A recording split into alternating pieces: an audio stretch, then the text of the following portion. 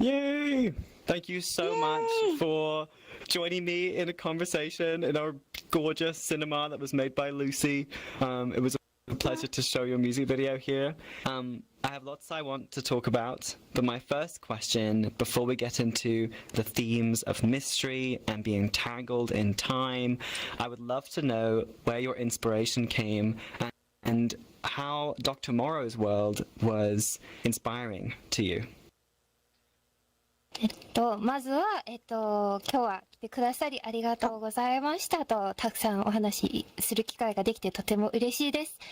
まずはこの時と記憶というものをまたぐミステリアスな話題に入る前に一つ、この曲の原点のお話を聞かせていただきたいです。この曲のインスピレーションは一体どこから来たのか、またはドクター・モローさんのワールドを訪れた際にアイディアが湧いたのか、などなどお願いします。はい。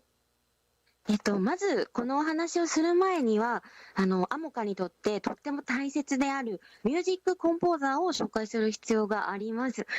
アモカの楽曲は、アモカメンバーの手によるものだけではなくって、様々なクリエイターとのコラボレーションで生まれています。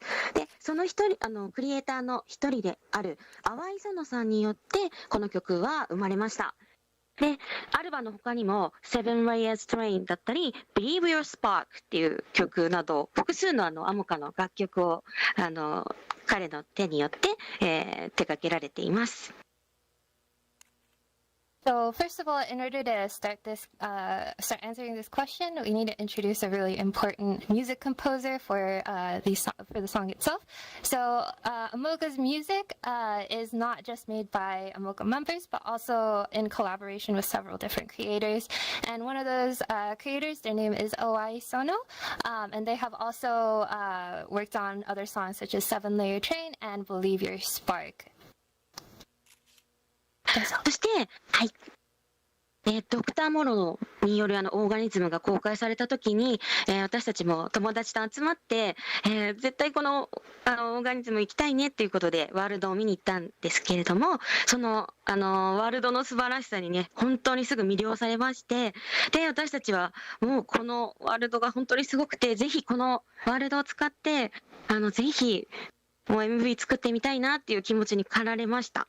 で、その時に一緒に先ほど紹介した淡井園さんも一緒に友達、そして一緒にワールドを巡ってたんですけども、その時に、彼に、もし、淡井園がこのワールドを一緒に見て、今思った気持ちで楽曲を書いたらどんな風な曲を書くっていう風にさりげなく聞いてたんですね。そしたら、後日、突然、淡井園の方から曲を作ったよっていうふうに突然持ってきてくれて、それで、本当に驚いたんですけど、それでもう、ワールドのことを思い出しながら、わあ、ここいいね、ここのワールドの中のここ素敵だったね、みたいなところを、見事に表現されていたので、もうすぐに私たちもその楽曲の歌だったりとか、歌詞だったり、全体的な作りに、重点的に、しっかりと取り組むようになりました。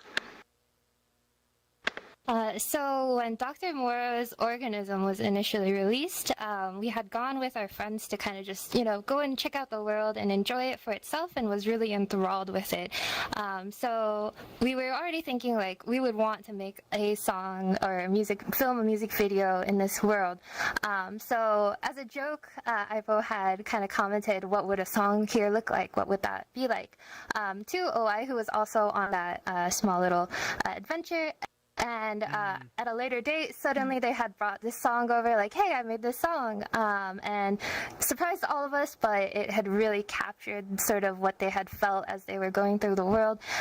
So they thought that was wonderful, and they started to, one thing led to another, started making words for it, started to think about what the video would look like. Moi-san, did you want to add anything to that journey? 森さんからも何かそれに付け加えることありますでしょうか？当そうですね。本当に我々は VR チャットのクリエイターと一緒にやっているので、仲間たちと作っているというところが一番大きいです。そして、このモロの、ドクターモロのオーガニズムっていうところも、これも、確か10人ぐらい一緒にみんなで言ってて、もうここがすごいねって言って感動して、それがもう作品に落とし込まれたというような感じです。So, as being VR chat creators, a lot of what we make is in collaboration with friends. So you're never really making anything alone. You're making it with your buddies.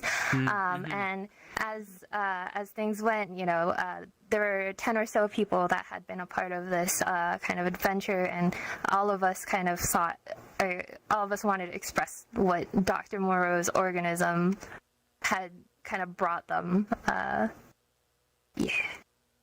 Yeah.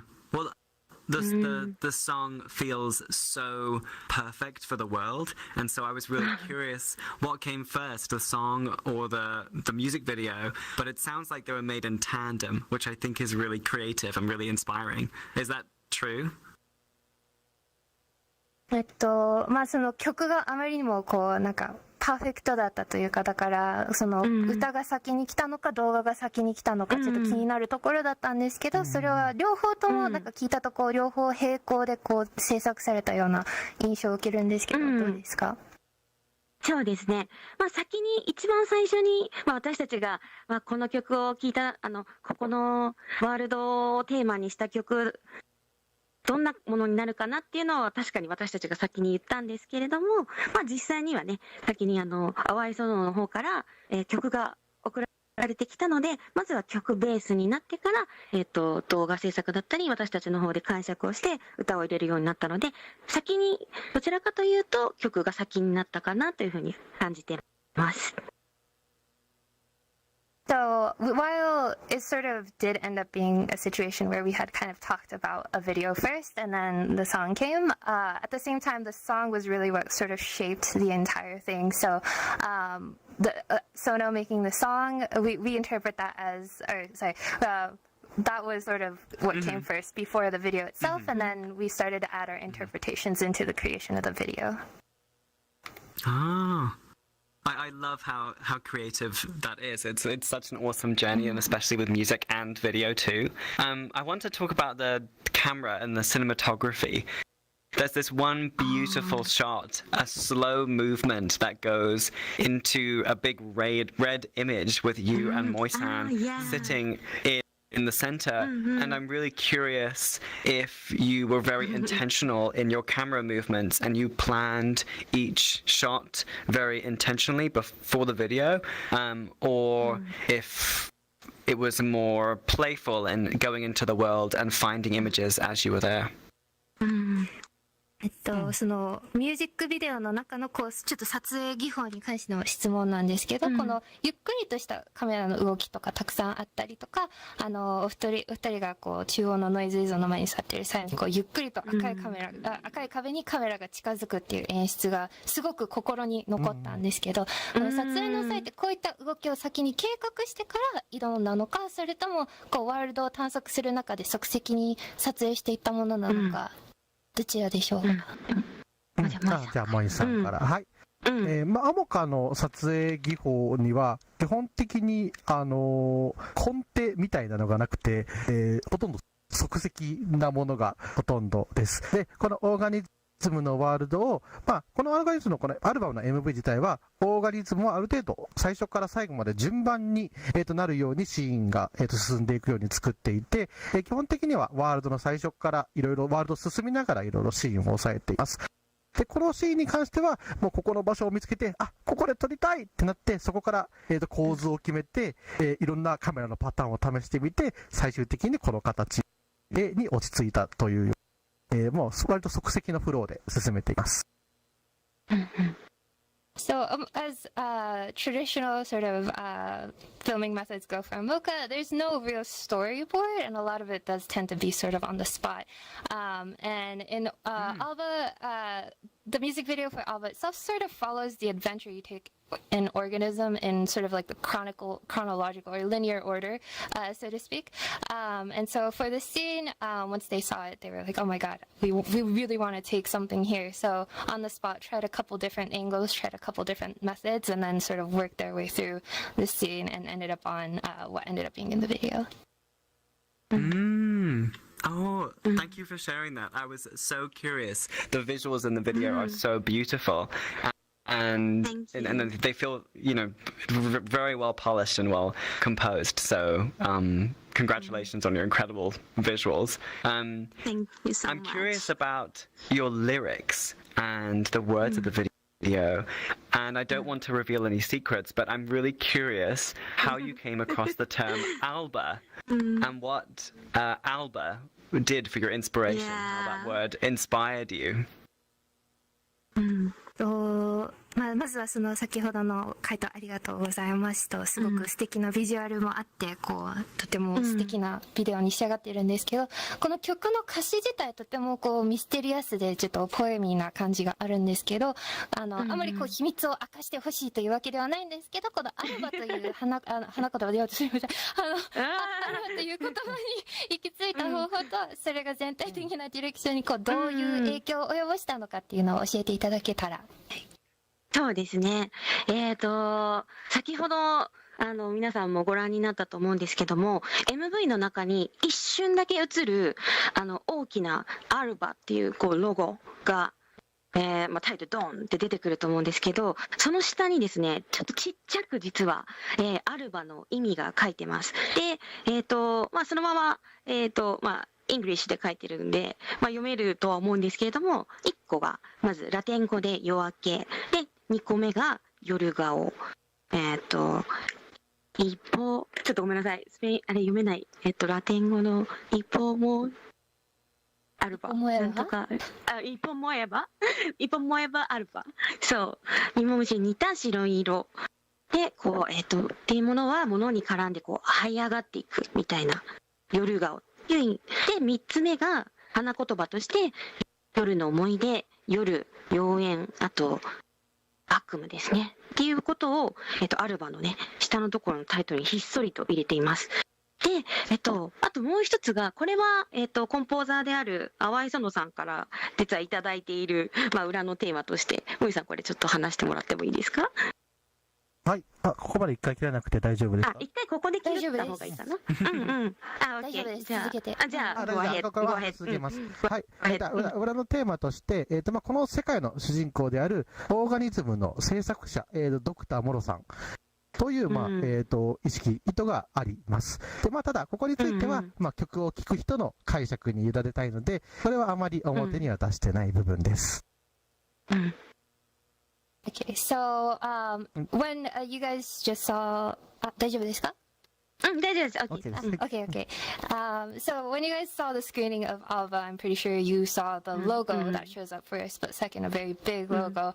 But if you pay attention, there's actually a little bit of English text underneath it that says a little bit, that tells you, it gives you hints on what that actually is. So the first thing is, in Latin, it means sunrise or the daybreak. And the second thing to it is Ipomoe alba, which is some form of white morning glory flower. And so there's a couple nuances there of that being a very white color, kind of almost grubby. And you know how caterpillars, grubs, they sort of crawl upward towards the plant that they're on top of. And the third sort of bit to that is the flower meaning for the Ipomoe alba itself, which is memories of the night, nightmares, and also kind of like a mysterious kind of feel to it. Additionally, from Moi-san, so this is a little bit of an underlying theme that they got from the original composer, Sono, of what their intent was with making the song.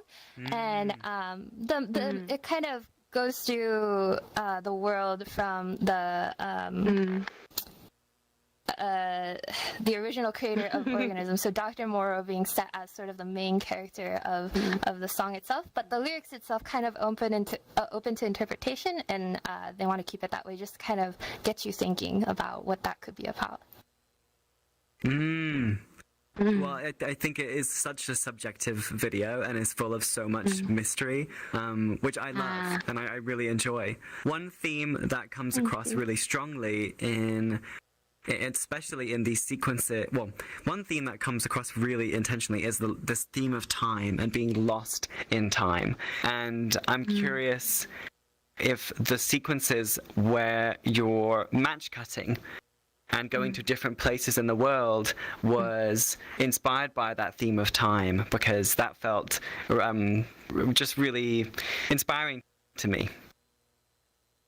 とても抽象的な作品となっていて素敵なんですけど、自分の主観的な話になるんですけど、作品のテーマ自体が結構時間というものだったり、そういったものをイメージしている風に感じたんですけど、例えば映像内で何度も別の場所にテレポートしてお二人の姿を描写しているっていう、やっぱりそういうテーマだとしたらすごくよく合ってると思うんですけど、できる範囲で言うので、そのシーケンスを制作した際のディレクションだったり方向性決め方を教えてほしいです。はい。もうまさにそうですね。曲の中でもやっぱり時間をテーマにしていたりするところがあるので、そういったものを表現するために小回りというか、同じ場所に立ってでカットしていくっていう技法を使っているっていうのは確かにその通りです。で、あとそうですね。やっぱりオーガニズムに降り立ってから順当にワールドを巡っていくと、そのまま私たちが撮影した順番にだんだん大体が見えてくるかなというふうに思うんですけど、それをそのまま、撮影しています。で、それはなぜかっていうと、やっぱり一歩進むたびに、次のエリアに進むたびに、全くさっき見ていた、世界から、全然違う世界に切り替わっていくっていう面白さがすごくあったので、そのまま映像表現として、取り入れたいなっていう気持ちがもうストレートにあったので、そのまま、映像の中に落とし込んだっていうディレクションをしました。あとやはりそれが結果として進んでいくこと、もう深く深く進んでいくことが、ワールド制作者であるドクターモロさんが、見てほしいもの、ストーリーだったり思いだったりにつながっていくのかなっていうふうにも考えていたので、それも表現しています。So you're absolutely correct that time is a very core theme to the song itself and the video. And one of the things was that visiting the world lets someone who had listened to the song also kind of follow along in the correct order of how the video goes to how the world itself goes. And because the world itself just has very drastic changes in the environment, it's also just, visually it was just very impactful. And also when you're kind of going through the experience again, when you're going through the world, kind of matching that energy. And additionally, wanted to kind of sort of follow suit to what the world creator, Dr. Morrow himself, kind of laid out the rails for. So kind of, again, kind of respecting and honoring that within the work. Yeah. Was how they came up with the direction and used. Yeah. Okay. Right. Yeah. Yeah. Yeah. I'm curious. I know that Dr. Morrow has been a really big influence in this project and in ALBA and the song. But I'm curious if what are your other influences? Are there other artists that you're inspired by? I'm so curious to understand if you have any other creative influences that might have informed the direction of this video. ドクター・モロさんもすでに何度か名前が出てらっしゃるんですけど、この作品自体結構彼のインスピレーション受けてるけど、他にも影響を受けたものとかってありますでしょうか？そうですね。我々はその表現技法とかこの MV の作り方とかに関しては、アモカの2人とも、映画とかゲームが大好きなので、たくさんの作品から影響を受けてます。で、具体的に、アルバのシーンと挙げて言ったりすると、例えば、途中の、廊下を抜けていって左右に2人が立ってるんですけども、同じ廊下の地続きなんだけど2人が突然ワープして目の前に現れたりする技法とか、ああいうところの見せ方とか、ちょっと不気味なところなんかは例えば映画で言ったらシャイニングとか、そういうこう不気味さを表してるようなね、そういった表現を入れたりしてます。So, both of us from Amoka are big fans of, they like to watch anime, like to play games. So there's definitely a lot of sort of subtle influences that kind of come in through that. Some of the more direct ones that we can sort of allude to in ALBA directly is things like there's a scene where in the corridor they're standing, but then all of a sudden they sort of warp back and forth in different locations. And that came sort of as a inspiration that came from The Shining. So like trying to get that kind of unsettling feeling. So those are some of the ways we got inspiration and put that into the work. I think to stay on the subject of themes, I know that in some of your other songs and music videos, virtual reality is also a theme. And there's a lot of glitchy, techie elements to ALBA. And I'm curious if there's a theme of virtual reality present in the video too, or if it is more mysterious. その映像の一部にこうグリッチとかバグみたいなこう描写がすごくあってこうアモカさんの他の作品にもちょっとこう通ずるこう感覚を感じたんですけど、そういった電子音楽の要素を合わせてこうバーチャルリアリティというものにこう既視感を感じたんですけど、作品にはこう VR との関連性を含んだ表現とかってあるんでしょうか？はい、もうすごくとてもいい質問なんですけれども、なんだろうな、これは本当に私たちもやっぱり一番最初にね作った、バーチャル、Welcome to the Virtual Reality World っていう曲が、まあもちろんジョーが、使ってくださった映画の中でもね使ってくださった曲があるんですけど、やっぱりこう人々が VR っていうものを、言葉を聞いて想像した時にまず一番想像するものを最初は作っていたんですけれども、そこから、もう少し、音楽表現に合わせて、こうビジュアルでも、それが伝わりやすいように、まあ、そういうような効果を、さらに入れて表現していくようになったっていうのは確かにそうですね。で、オーガニズムのこのアルバに関してなんですけど、これは、そうですね、あんまりオーガニズムの言ってない方がいらっしゃったらこうネタバレになるのであまり言っちゃいけないかなと思いつつも結構重要なことがあるので、まあ、言ってしまうんですが、ワールドを最後まで進めていくと、まあ、最後に最初の場所に戻ったりとか、するっていうのがあるので、そういったそのストーリー進めたと同じように、MV の中でもそれを表現して、で、また繰り返しリピートしていくみたいないろんな表現を、まあ、使っているというか、そういうような構成にしたっていうのもあります。はい。So with songs like Welcome to Virtual Reality, which you have also used in your own works, we were making something that were a little bit more direct in terms of how to showcase that and how to express that. But as of recent, trying to put in more by pulling more inspirations, more expressions from the music itself.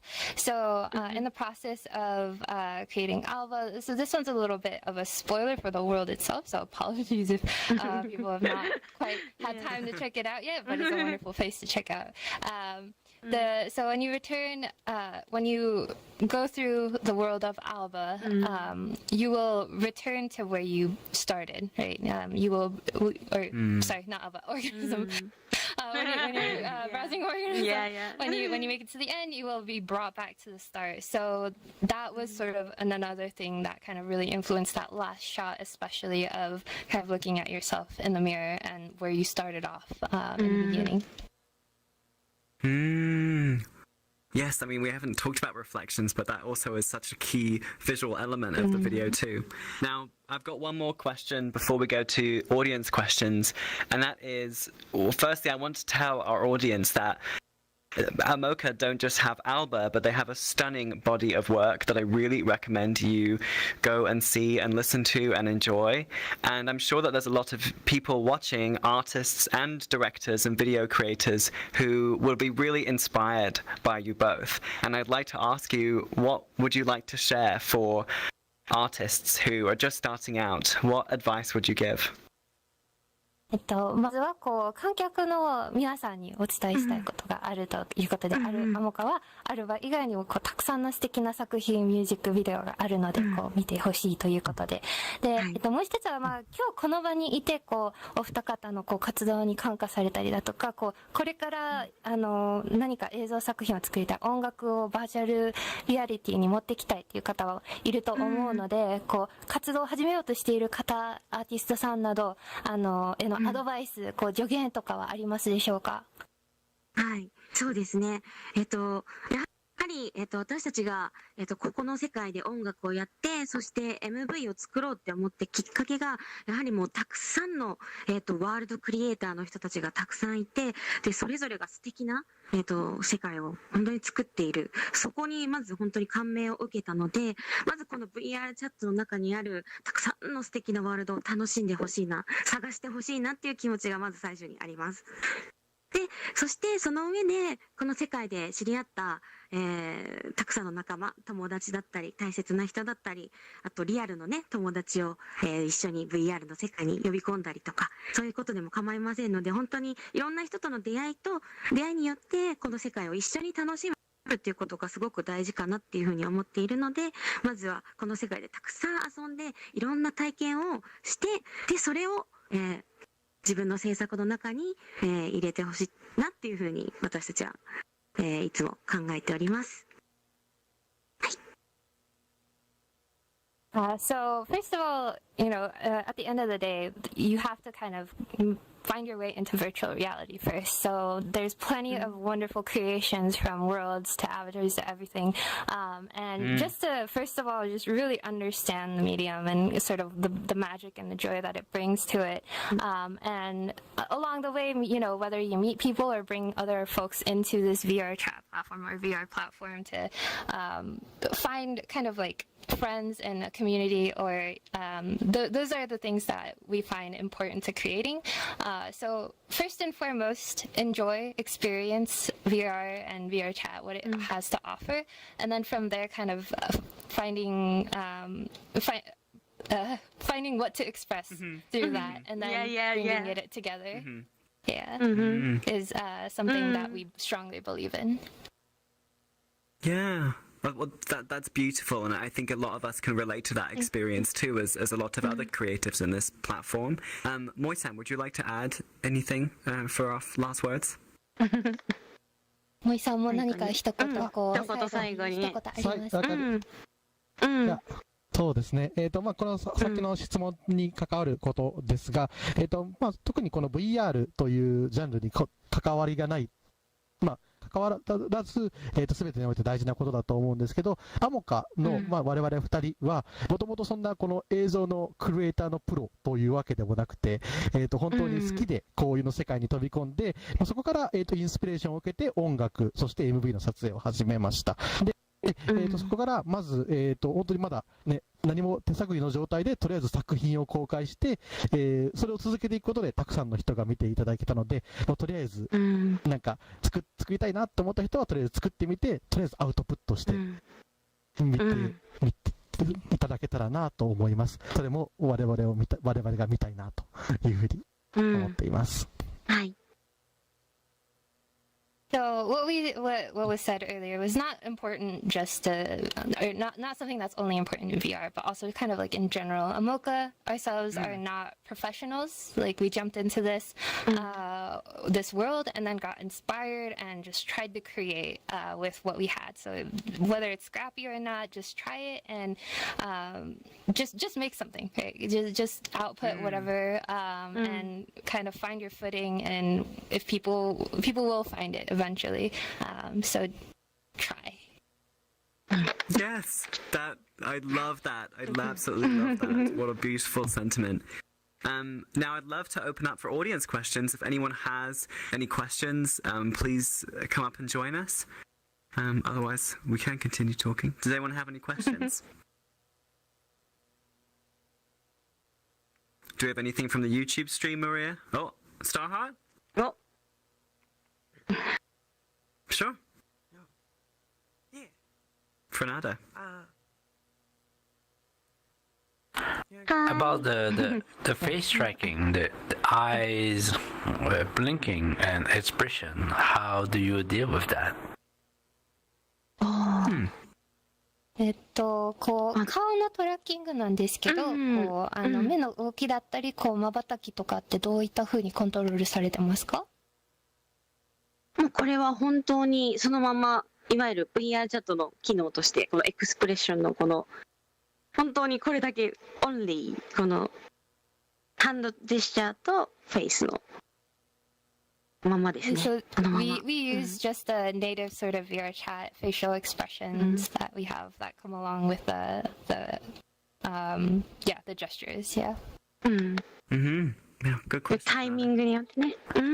Yeah, we have eye tracking headset right now, but it's not perfect. So we can always use like puppet, eye puppet animation. Yes, that's right. Yeah. Well, it was very well done in the video. Very well done. Starheart, would you like to ask a question? Yeah, I'd love to. はい。 Hello.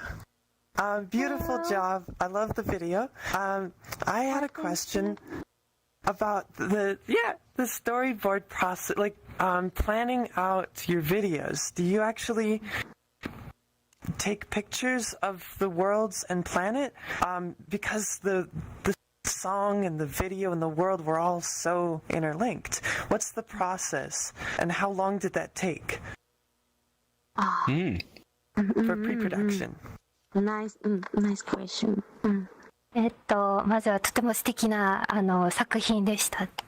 で、こう動画の構想を練る段階ですけど、こう写真を撮ったりして計画を進めているのでしょうか。こう動画自体、アルバの作品自体が結構こうすごく全部こうリンクされているというか綺麗に。なのでそのプロセスがどんなものなのか、それで期間自体どれくらいの時間がかかったのか。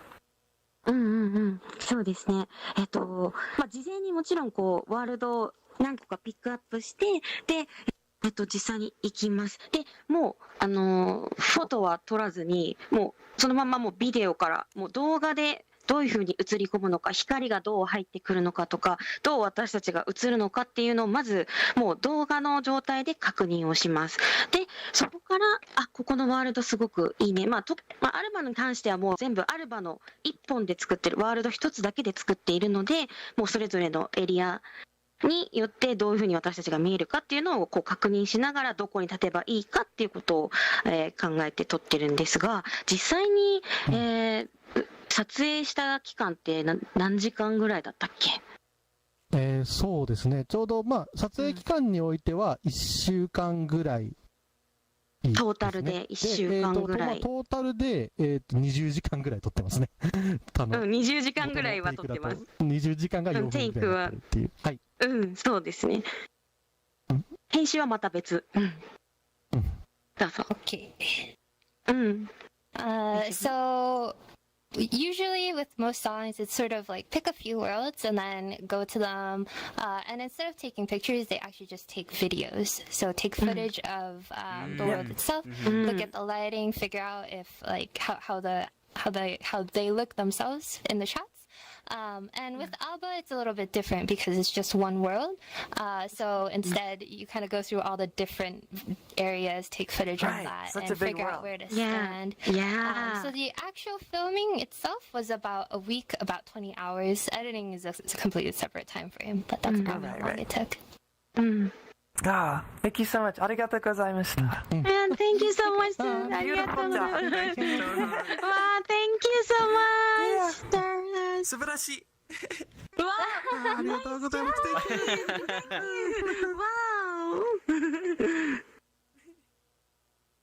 Hello.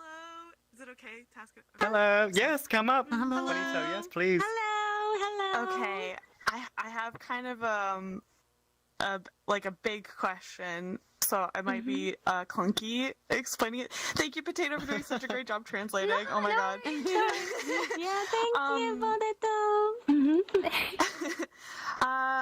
As performers and musicians, like I find creating in general, but also creating in VR can be very vulnerable. I'm curious if by having like live performances and so many different avenues to share your music in VR, if you've gone through any kind of transitions, like personally, like if you feel like you've changed in ways that were unexpected because of this relationship to the virtual medium and maybe like your persona or your avatars, or how you are able to express yourself differently in VR. So can you repeat the last part of that real quick for me? The question part. Yeah, so have you, after having changed because of the virtual medium, sorry. Yeah, if working in the virtual medium has changed you in unexpected ways based on your relationship to the medium or like your avatars, yeah. Yeah, sorry, it's such a clunky question. Oh no, you're Beautiful question. Okay. こうなんか VR 内でのこうパフォーマンスだったり音楽を作るのって結構こう自分をさらけ出すというか結構自分を出すっていう意味ではこういろいろあると思うんですけど、こういろんな場所でこうパフォーマンスしたりとかそういった経験を積んでいく上でこのバーチャルリアリティという媒体だからこそこう自分が変わらなきゃいけないっていうことをこう体験しましたか？ああ、さっきもいさんちょっとじゃあ。そうですね。It was a big question. 割とそうですね。いや、そう、なんかバーチャルリアリティの世界においては本当に我々に関してはあるがままの存在を逆にさらけ出しているのかもしれないですね。いわゆるそのもう本当に我々が選んだ我々の姿で、こうやって表現活動を行っているので、本当にジャパニーズ日本のバーチャルの文化で言ったらそれを魂と呼ぶんですけどそうだね、それがそのまま出してるような感じがするから、ちょっと質問の答えになってるかどうかちょっと若干怪しいんですけど、はい、どうでしょう。そうですね、そうですね。先に、先にどうぞどうぞ。先に。So Moi-san's answer is that so we are more or less ourselves, so not necessarily a persona. Kind of we chose our own kind of visual how we want to look and how we want to express. So in some ways, you know, in Japanese culture we would say like tamashi, which is like our soul is. This is their own souls. Yeah. Not sure if that's quite the answer to your question, but that's sort of Moi-san's interpretation. Yeah. So. Thank you. Thank you. そうですね。あとやっぱり私もまあ同じ考えで、やっぱりこう自分がそのままリアルの自分が今ここにもいると思って、まあもちろんこう見た目だったり、こんな現実ではウサギの耳は生えていないし、こんなにキラキラ手からねこんな風に出たりはしないけれども、でも魂としてはやっぱり。そう私がここにいるなっていうのはいつも感じています。そしてでもで私たちはそうですね、そのいわゆるキャラクターを作っているというそのロールプレイをしているというよりかは、アイポはアイポ、モイさんはモイさんという風な形でこの世界に存在しているのかなっていうふうには思っています。もちろん全てをさらけ出しているわけではないんですけれども、ベースとしてはやっぱり自分はありのままの自分でこの世界に立っていたいなっていうふうにいつも感じています。So I largely agree with Moi-san. I'm also here as myself. And even though in real life I may not have these ears or like the shiny particle effects that come out of my finger, but we're not characters, so not necessarily role playing to anything. And at the same time, we're not completely exposing ourselves in the same sense, but we want to stay true to ourselves. So we are here as Aipo and Moe-san. Okay, thank you so much. Thank you so much. Thank you, Monito. Well, I think that's where we will close our discussion today. And before I say thank you to